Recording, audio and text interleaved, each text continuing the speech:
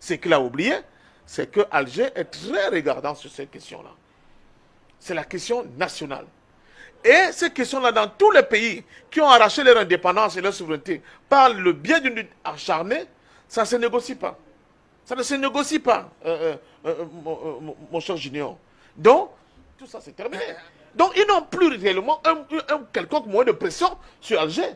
Ce ne sont pas les 14 pays dits francophones, là, plus les Comores, que la France a en face. Non, elle a en face d'elle un pays libre, un pays souverain, un pays digne, qui lui a fait la guerre pour arracher son indépendance, n'est-ce pas, et sa souveraineté.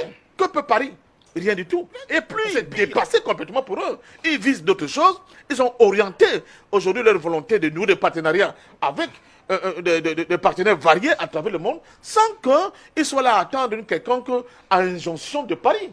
C'est ce que nous voulons pour nos peuples. C'est ce que les Kwame Nkrumah, les Lumumba, les Oumniobé, les Sékou Touré, n'est-ce pas, les Hussein Dafana ont voulu pour nos peuples. Et Muammar Kadhafi également. Et bon, ils sont venus bien après, les Kadhafi, les Sankara, etc. etc. C'est la même lignée.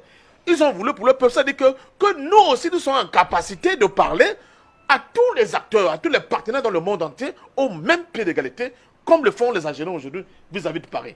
Et ça, nous pouvons le faire.